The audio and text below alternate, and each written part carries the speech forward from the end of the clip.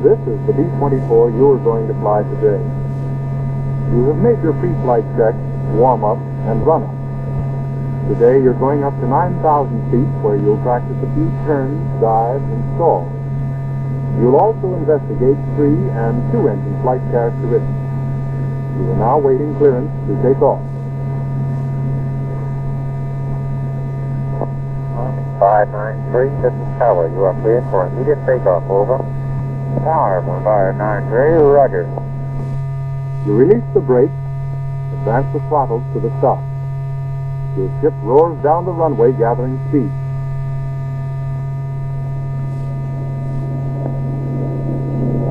At 90 miles per hour, you exert a slight back pressure on the controls to release the load on the nose wheel. At 115 miles per hour, your ship leaves the ground, and now you're airborne. You hold the nose down to pick up speed and signal the co-pilot to raise the gear.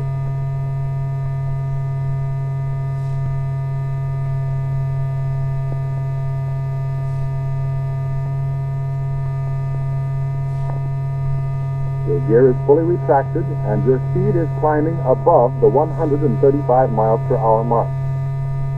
Now you've attained a safe altitude, so you signal for flaps up. You reduce power to 45.5 inches manifold pressure at 2,550 revolutions per minute and synchronize the propeller. Synchronization distributes the load equally on all 4 engines and eliminates the beep note. Your co-pilot synchronizes the propellers by tachometers and is still able to help you with the ship if necessary.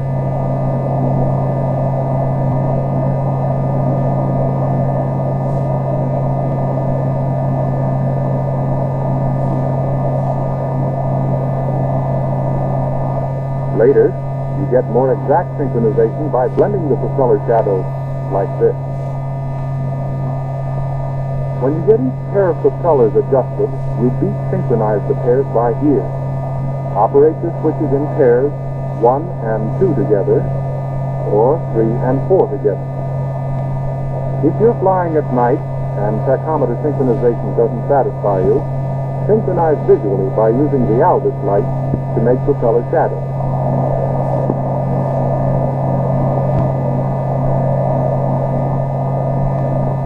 Loaded to 65,000 pounds, your B-24 is climbing 1,000 feet a minute at 150 miles per hour. If your load exceeds this weight, you must reduce the rate of climb and increase speed, otherwise your ship will mush along or stall.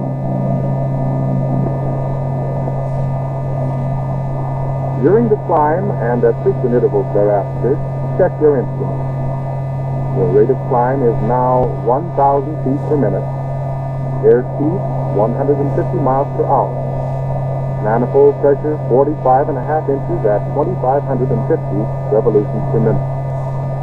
Oil pressure, approximately 84 pounds. Fuel pressure, 15 pounds per square inch.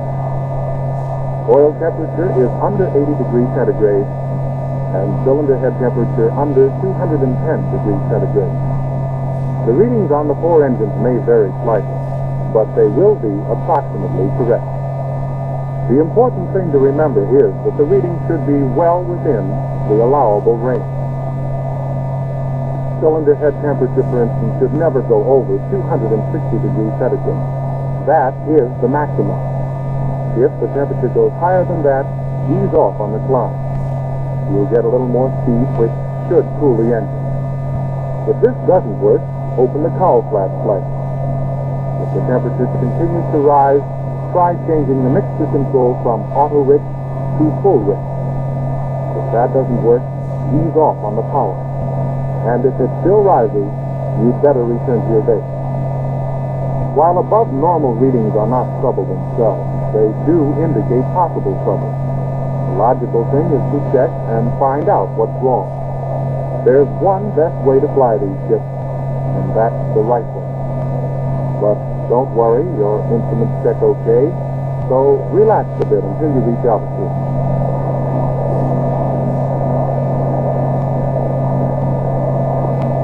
Your altitude is slightly over 9,000 feet, but you want to cruise at 9,000. You go on up to 9,500 so you can go over the hump. You need that extra 500 feet so you can approach your cruising altitude from above. You ease forward on the wheel, your tail comes up, and you're in a shallow dive. Reduce power. You're over the hump and on the step where lift-over drag is highest. Your airspeed has jumped from 150 to 185 miles per hour. Now, at 9,000 feet, you level off. The tail is high, and you're in the groove. You set power for cruising. Manifold pressure, 31 inches at 1,900 revolutions per minute. While you're setting your power, your co-pilot resynchronizes the propeller.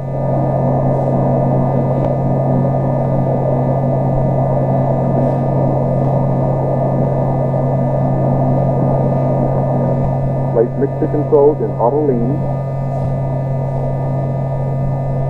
Turn booster pumps off. Close cowl flaps to minimum opening. For every degree of cowl flap opening, cruising speed is reduced approximately 0.8 of a mile per hour.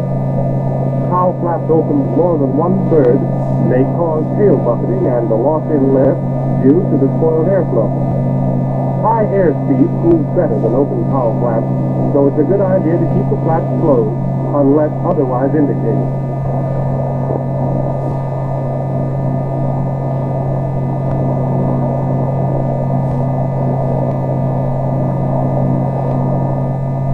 Incidentally, if you hadn't gone over the hump, you'd be in trouble by now. Take a look at this. The pilot is climbing the ship. He levels off at 9,000 feet. Notice the attitude of the ship? Tail dragging. The ship is sluggish to the controls. Struggling. He's mushing along, trying to gain speed under reduced power. Pretty quick, the engines will start to heat up. The pilot will open the cowl flap. That will set up a turbulence around the tail surfaces, and then he's in trouble. Give your ship a chance. Do it this way. Approach your cruising level from above. Notice the way that tail comes up? Now you're on the step and in the cruise. What about fuel consumption? Remember that the most miles per gallon are not always the least gallons per hour. Use enough power to reach the most economical speed. When you're on a cruise, check the cruise control charts to obtain figures for operating speed under various conditions. After setting the ship to cruise, make a check to be certain that flaps and gear are fully retracted. Turrets should be pointing toward the tail. Waste gun hatches and deflectors should be closed. You want to reduce drag to a minimum.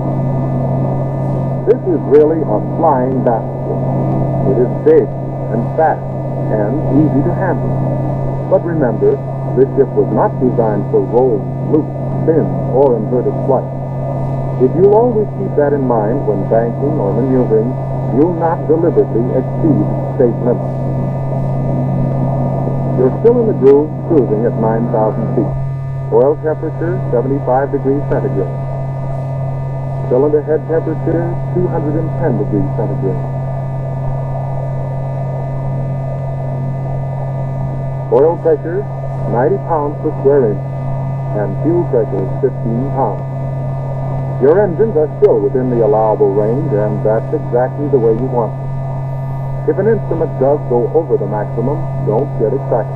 The manufacturer of this ship provided for plenty of reserve beyond the maximum, but a stitch-in time saves 9, so it's best to do your troubleshooting before the maximum is reached. How about your turbo supercharger? Remember, the last 2 inches of manifold pressure should be maintained with turbo. So, with turbos off, retard throttle 2 inches until the manifold pressure drops to 29 inches.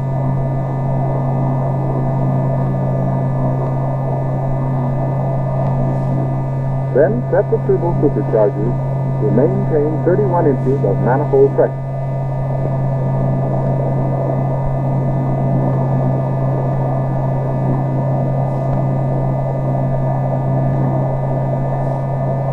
Keep your turbos engaged at all times for 1-inch boost. This keeps the blades moving, prevents warping due to rapid temperature change. It also keeps the oil circulating for turbo lubrication and controls valve operation. In high altitude, where turbo superchargers are needed to maintain manifold pressure, first open the throttles to the stop. Then use the turbo superchargers for the needed gain. About 23,000 feet, pulling 45.5 inches manifold pressure at 2,550 revolutions per minute, the manifold pressure must be reduced 1 1/2 inches for every 1,000 feet over 23,000. This reduction is necessary to keep the speed of the turbo under its limit of 21,300 revolutions per minute. Also, in operating at high altitude or in cold climates when icing conditions exist, intercoolers may be closed to prevent icing at the carburetor. At all other times, intercoolers must be open. When intercoolers are closed, however, care must be taken not to exceed maximum cylinder head temperature limits. Well, you came up here for maneuvers, so how about getting started on a few banks and turns? This ship banks easily and safely up to 60 degrees, but you must remember load factors while banking.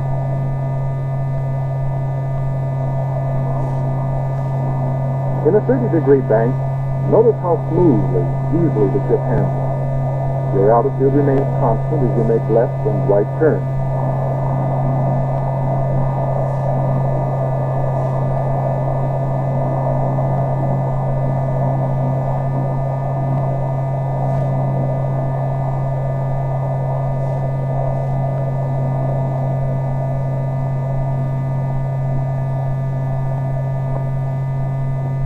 You are just as safe in a 60-degree bank, but in this position your load factors are twice as severe as in level flight. It turns easily and smoothly. Altitude remains constant during the turn.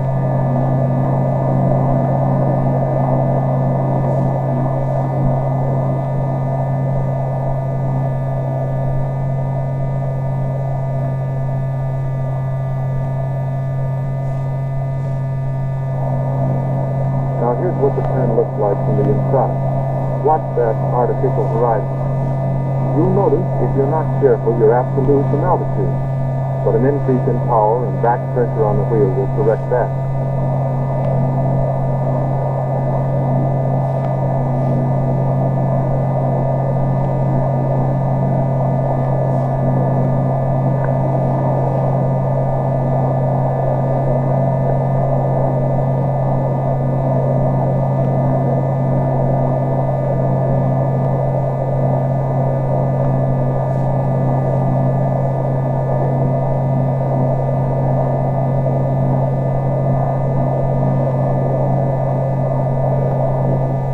If you are forced to dive, remember your diving limits.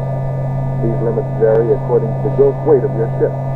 For instance, 355 miles per hour is the absolute maximum speed, loaded to 41,000 pounds.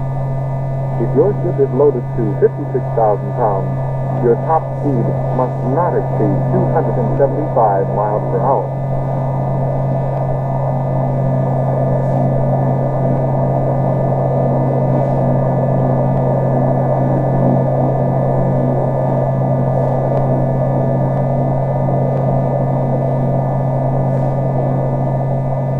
start your dive, trim your ship slightly, nose heavy, and down you go.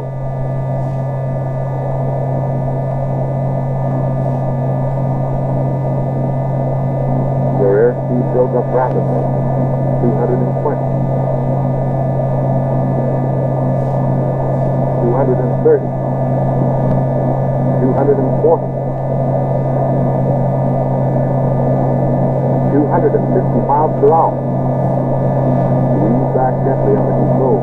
Recover smoothly with the minimum of strain.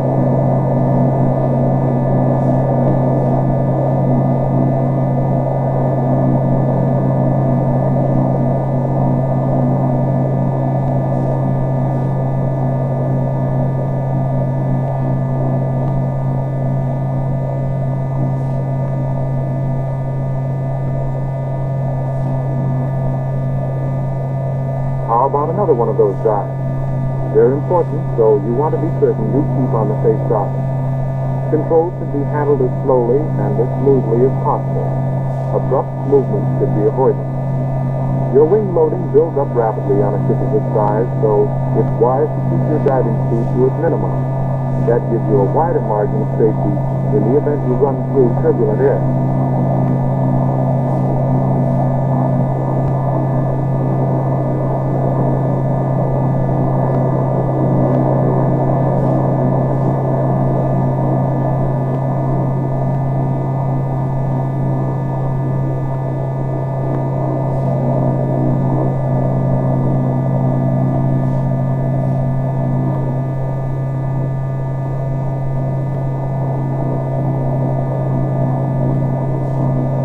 Came out of that dive like an expert.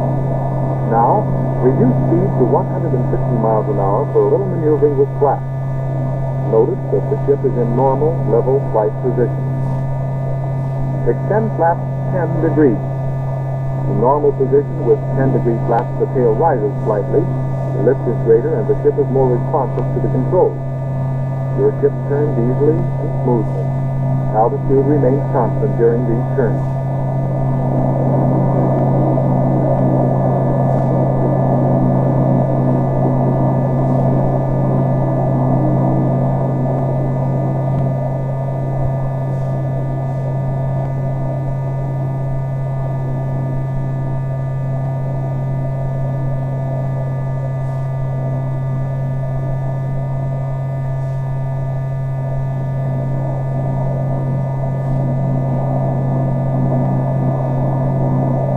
Extend the flaps another 10 degrees.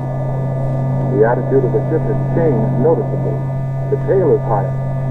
Do a little flying this way and see how the ship handles.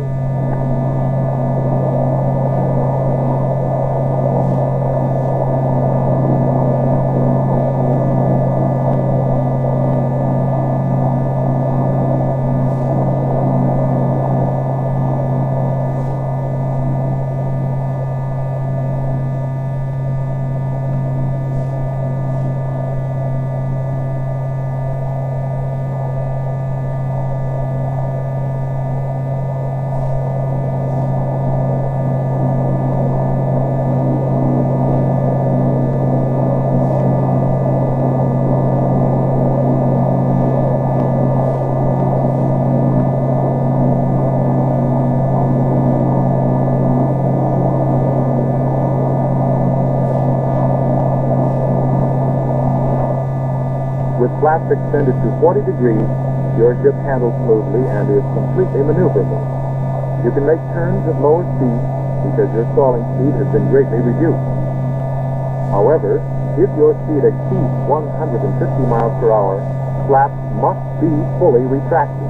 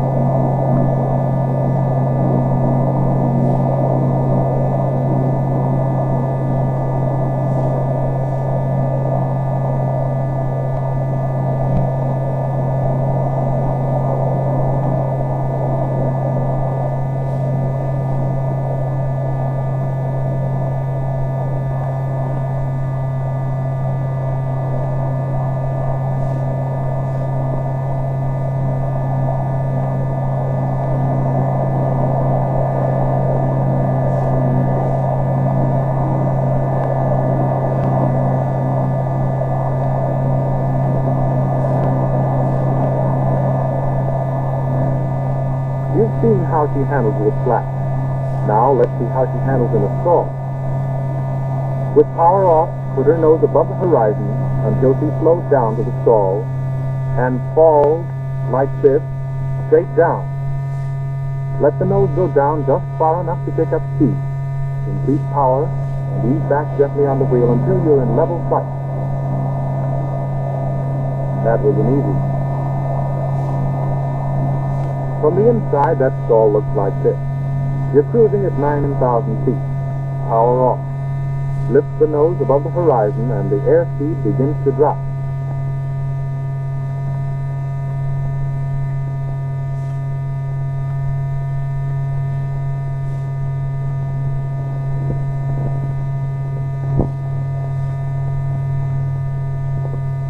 Down it goes to 125. Your ship shakes and falls.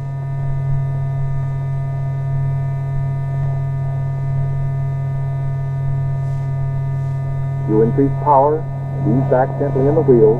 The nose comes up and you're in level flight again. Stalling speeds vary several miles per hour depending upon weight distribution, outside air temperatures, and upon factors which you cannot safely judge. Now here's a stall with flaps and gear down. With power off, you lift the nose. The speed drops until the nose falls straight down.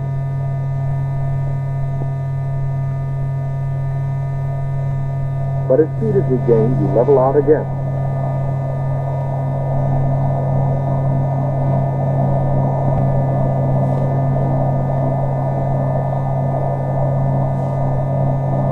Here's how that stall looks from the inside.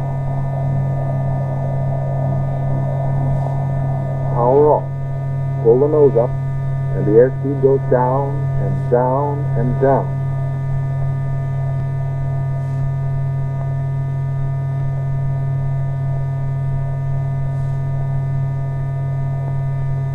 At 93 miles per hour, the controls gradually go limp. She shakes and falls.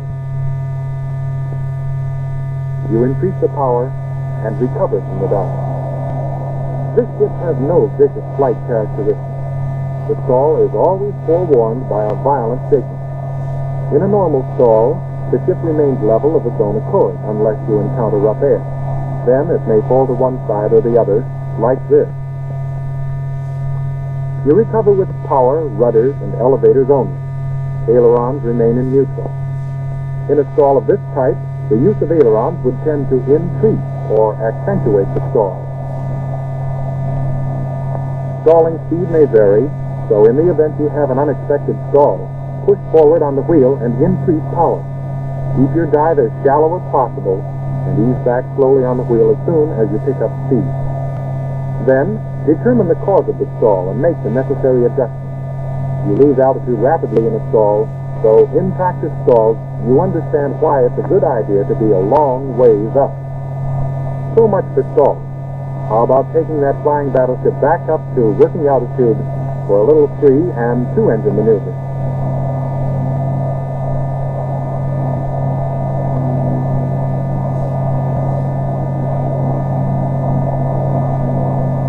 First, you go up to 9,500 feet and over the hump. You level off at 9,000 feet.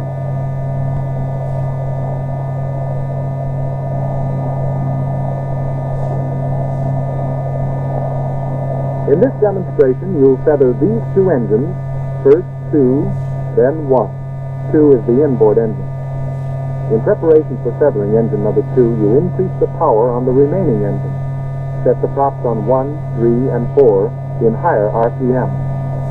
Push the throttles on engines number 1, 3, and 4 to the stop. Increase power until you have 32 inches of manifold pressure at 2,200 revolutions per minute.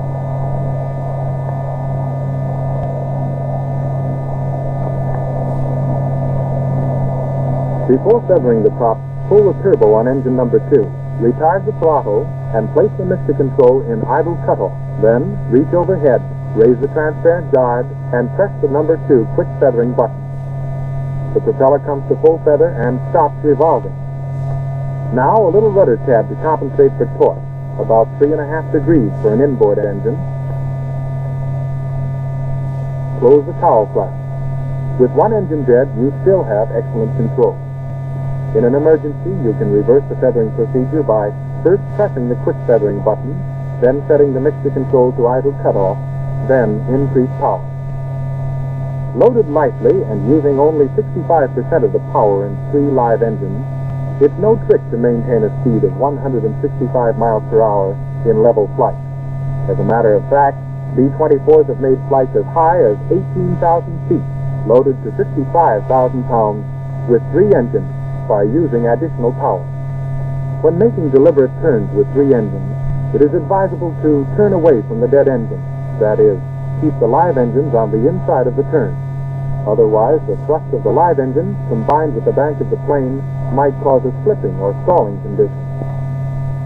No doubt you're wondering what to do in the event there's no chance of making the right turn. Well, like most rules, there's an exception to this one, but it's recommended only in case. In a turn of this kind, keep the turn as shallow as possible. But you can see for yourself that with a little care, you'll have no trouble with left turns. Engineering really thought of safety factors when this ship was designed. And if you don't know what we mean, try this on your B-24. Pull the turbo on engine number 1. Retard the throttle. Move the mixture control number 1 to idle cutoff. Press the number 1 quick feathering button. And you find yourself cruising along with 2 dead engines. Now you'll need about 8.5 degrees of rudder tab to compensate for torque. Close cowl flap. Before going further, here's an item to jot down in your notebook for future reference. Your vacuum pumps are attached to engines number 1 and 2. When these 2 engines are dead, the gyro flight instrument and the de-icers will not operate. If engine number 3 fails, the brakes, bomb doors, flaps, and landing gear will not operate. So, in order to have a hydraulic system, you must start the electric auxiliary hydraulic pump and open the crossover valve. Try a right turn with only 2 engines and see what happens. There she goes in a smooth, shallow turn. And how about left turn? With 2 dead engines on the low side and the running engines acting to increase the angle of bank, it's mighty easy to get out of control. But if there's no other direction in which to turn, and you must, then you must. But it's best to keep on the safe side and creep around this turn. Better be on your toes. You don't have much control on this turn. A little bump or updraft would put you out of... Wait a second, what's this? Looks like trouble from here. And trouble it is. You're in a stall. And down goes your left wing. But you're thinking fast, so power off. You make your recovery as in a normal stall.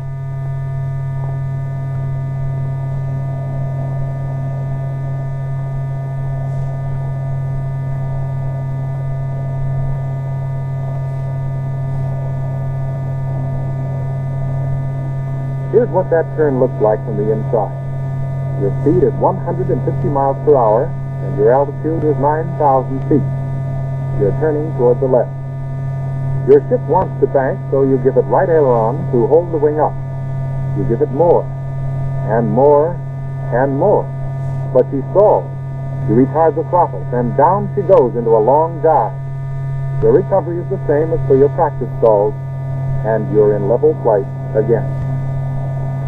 To unfeather the propeller on engine number 2, set the governor to minimum RPM position, press the number 2 quick feathering button, and hold until the engine turns up approximately 1,000 RPM. Then you move the mixture control out of idle cutoff, adjust your throttle to proper manifold pressure for engine warm-up.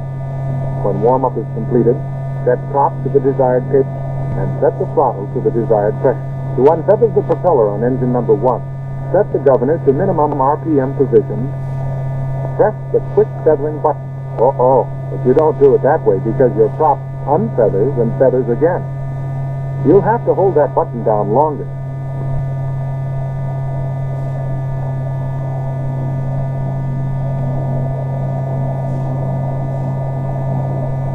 That still isn't long enough. Your prop unfeathers and feathers again, unless you hold that button down until your engine turns up at least 1,000 revolutions per minute.